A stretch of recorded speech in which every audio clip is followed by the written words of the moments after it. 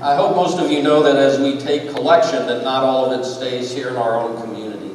A chunk of the money that we receive each week goes beyond to support the ministries of the broader United Methodist Church in many different places. So one of the things that we do is we have missionaries around the world, but we also have people that function as missionaries much closer to home that we might not think about that. Reverend Jeri Wilkerson is one of those people. She is our campus minister at Arizona State University. And so much of her compensation is paid by our apportionment dollar, and some of that she raises, which we just helped with a little bit today. And our campus ministries in the state of Arizona are also one of our special offerings. So it's our pleasure to welcome as our guest preacher on UMW Sunday, the Reverend Jeri Wilkerson. Thank you, Dan.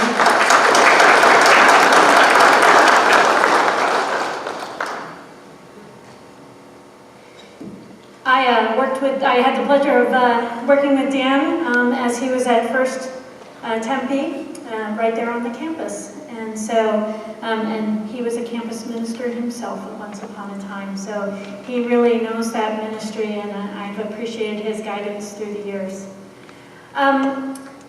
So I told my students this week that I was coming here to preach a message, and they asked what I was going to preach on, and I said, I'm preaching on the wedding of Cana.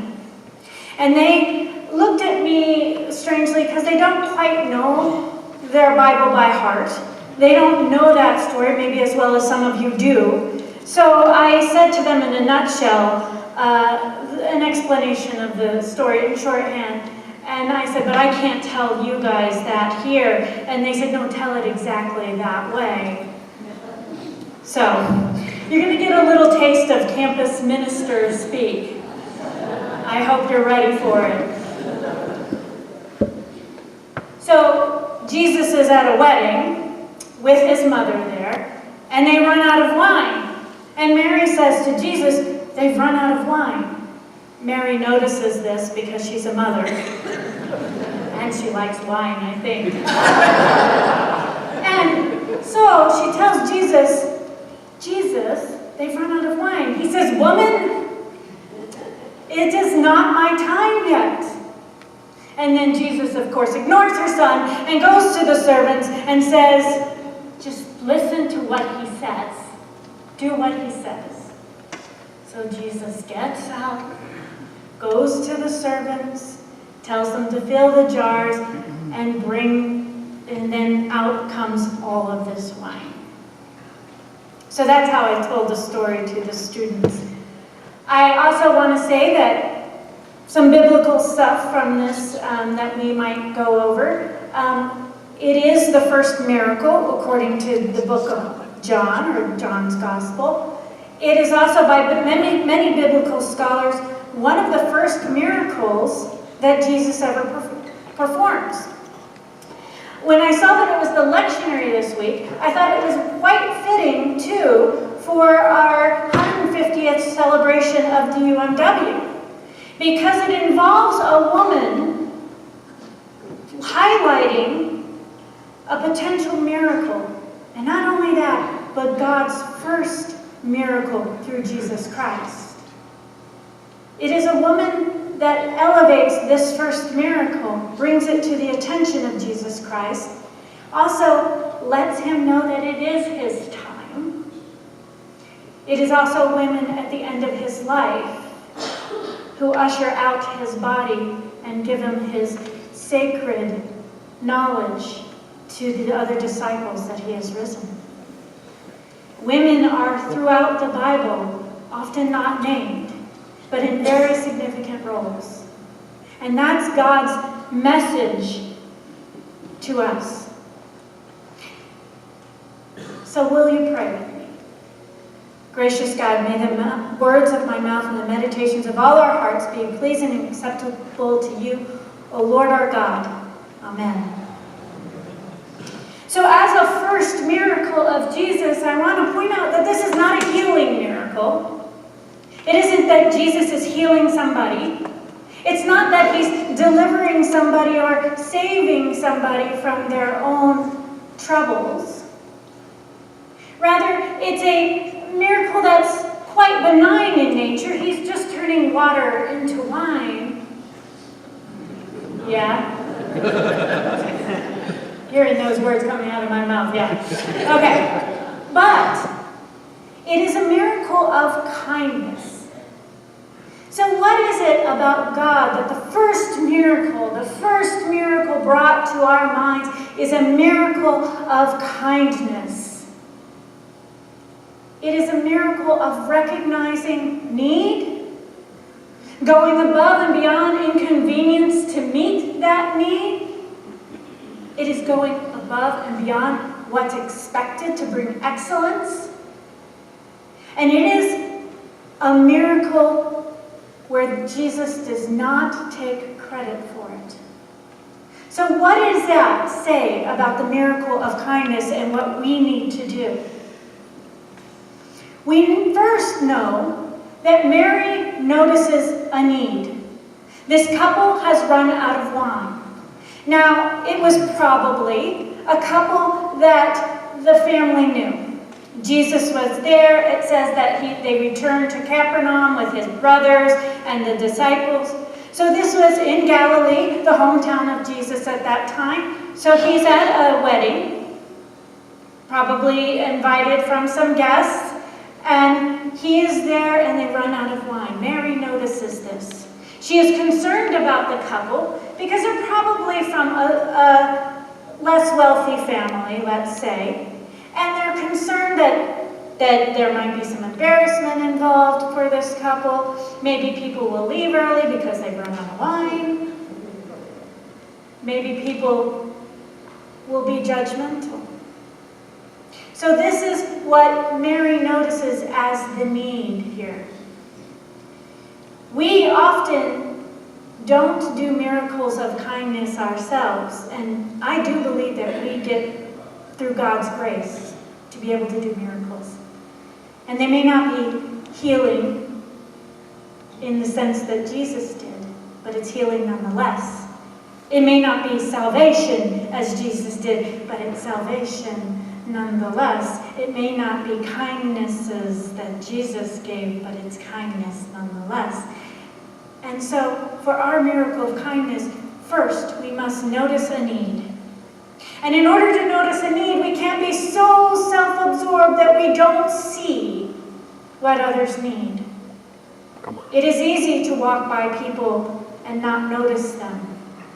To not notice somebody upset. To not notice somebody who's lonely. To not notice somebody who's struggling with their bags on the street, or struggling just to get a meal on the street, or to get warm. So first we must notice a need. And so Mary tells Jesus to do something about this. Now Jesus is inconvenienced. You know, Jesus is probably sitting there enjoying the wedding, enjoying the last glass of wine. And probably the last thing he wants to do is get up and go to work. So basically his mother is saying, Jesus, get up and go to work. He's at a party and his mom is saying, you know, Jesus, you should get up and go to work. It's not my time, Mom. Leave me alone. There's several reasons why that is important in this gospel. It is not what he thinks his first miracle maybe should be. He's not ready. He's not ready for that attention that these miracles are going to bring. He is new in his ministry. He has just gathered his disciples up. And often in ministry, as Dan and I know, and Misty, and some of you not professional quite ministers know, is that ministry comes when God wills it, and it comes in the form God wills it. So Mary highlights this for Jesus. And then there's another thing. Perhaps Jesus didn't think he was ready because he lacked maybe a little bit of confidence that only a mother can give. Recognizing you can do this. I know that this is a Jesus that comes from a very human perspective, but this is a very human perspective gospel to me, where it's gospel story where it's Jesus creating something that's very mundane, very ordinary, being at a wedding. There's this tension between Jesus, the God, and Jesus, the human. And sometimes the human element is just as important as the godly element that we combine together. So Jesus, in himself, is spurred on by this human need to do this miracle that only he can do. We need to look beyond our own inconveniences.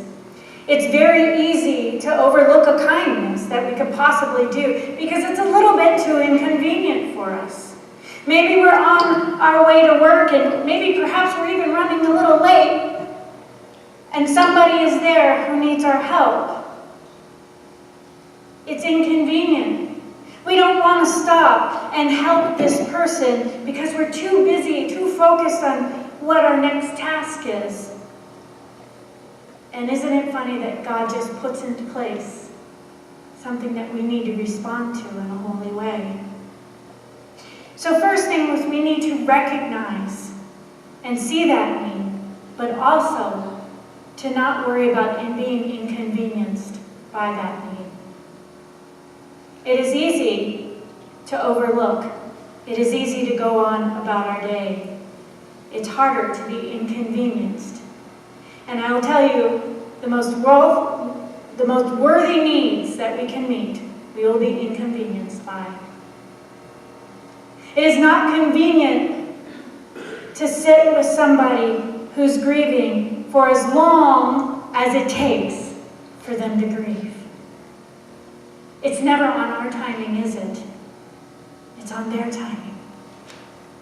It is a sacrificial thing for us to take as much time as is needed, even when it's inconvenient for us.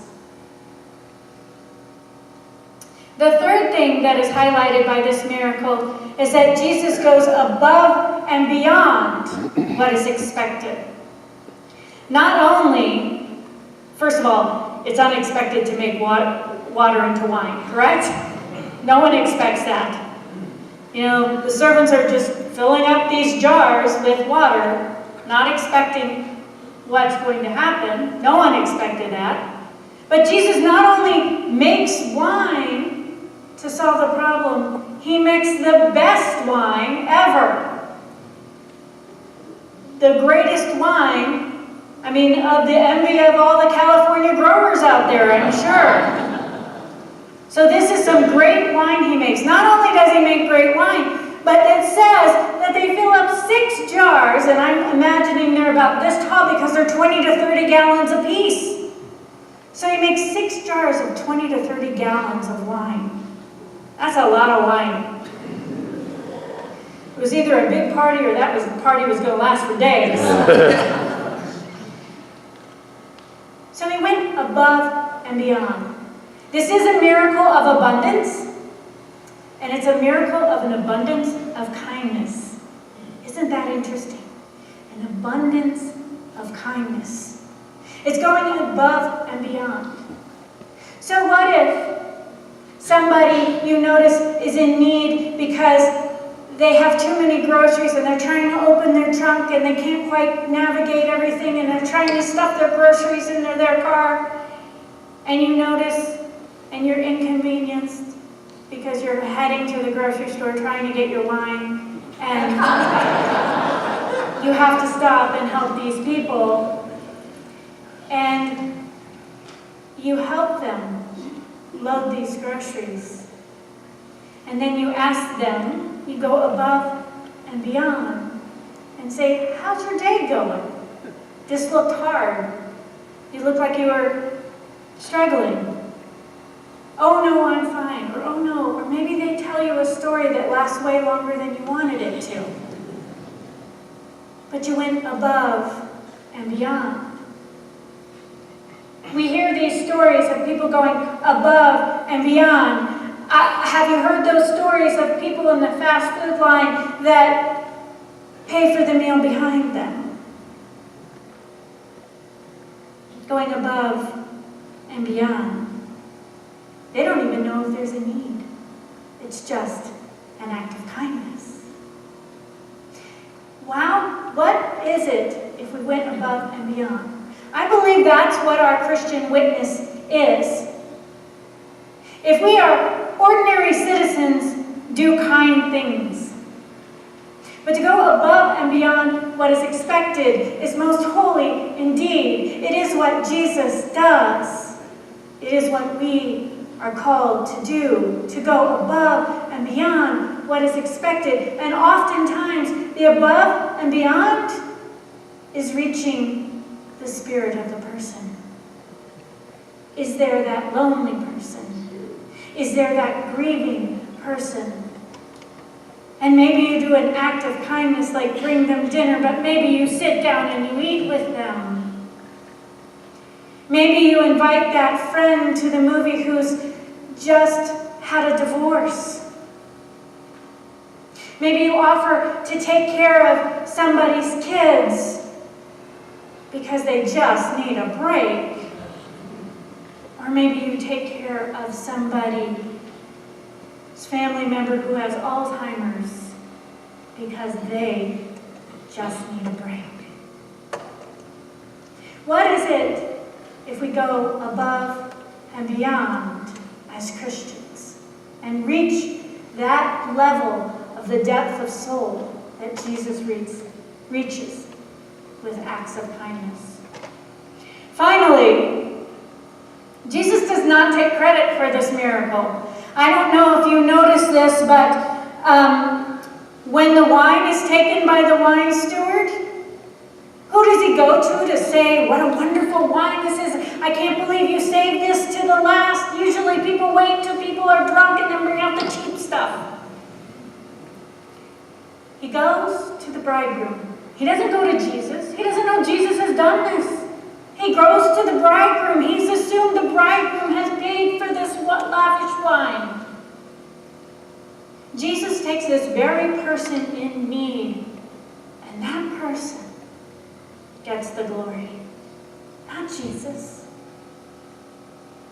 It is him not taking credit for something he has done. Now we hear it in the gospel, so of course he got credit for it later. You know, people talk. What can I say? But I've heard of acts of kindness in church that have been unbelievable, and people don't ask for credit for it. I have heard of people being in a tight spot financially, and all of a sudden, groceries arrive at their door, or a check comes in the mail from an anonymous source, maybe a money order then.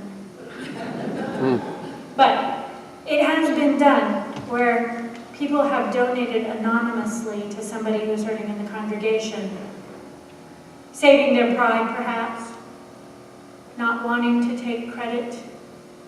We hear a lot of benefactors doing this out in the community where they maybe donate money anonymously, philanthropists, people who leave money in places for people to find. Those are the things that we need to do.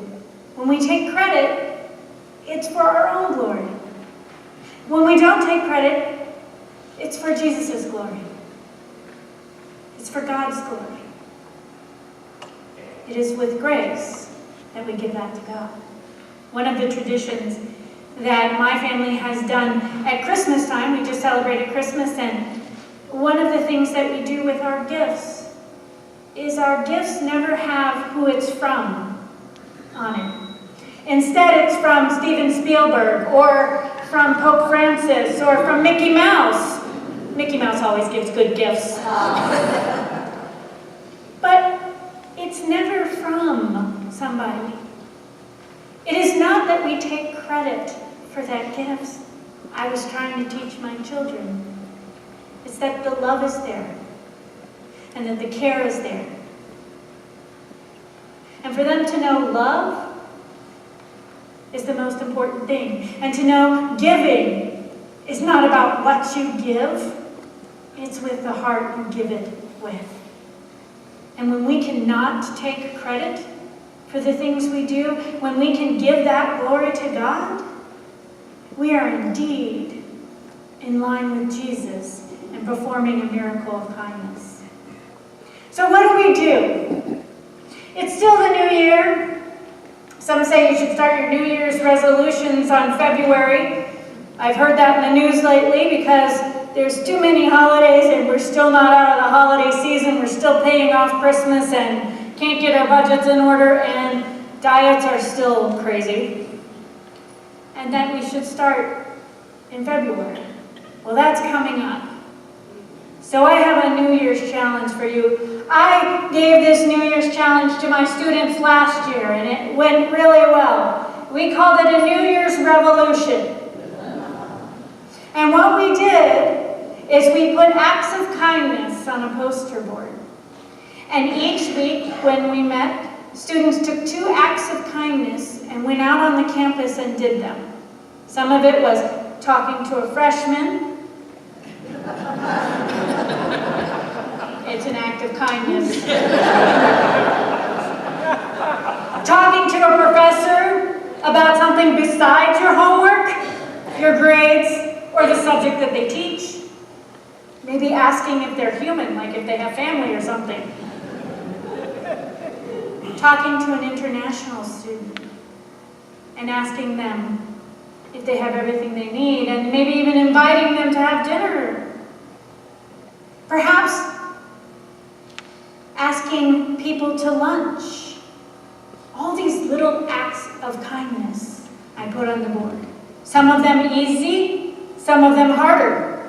One of the most hardest challenges was to talk to somebody out on the mall. We have an area we call the mall, and everybody sitting out there is religious, if you ask me. There's the Methodist table and the Lutheran table and this Christian group and that. We have like 60 Christian groups. And they're all competing for these students.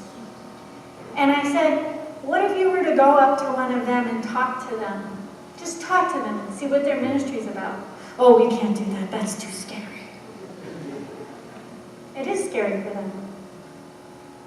It's scary for them because it's out of their comfort zone. To hear maybe a different perspective on religion, one that they perhaps don't agree with. That's a difficulty we have. What if you talk to a Democrat? What if you talk to a Republican? What if you talk to a Hillary supporter? What if you talk to a Trump supporter? What if you talk to an atheist? What kind of acts of kindness would challenge you? Because we need to look at a need. We need to look at going above and beyond that need without worrying about our inconvenience. And sometimes we need to do that deed without taking credit for it. So I challenge you this year, take on a New Year's revolution.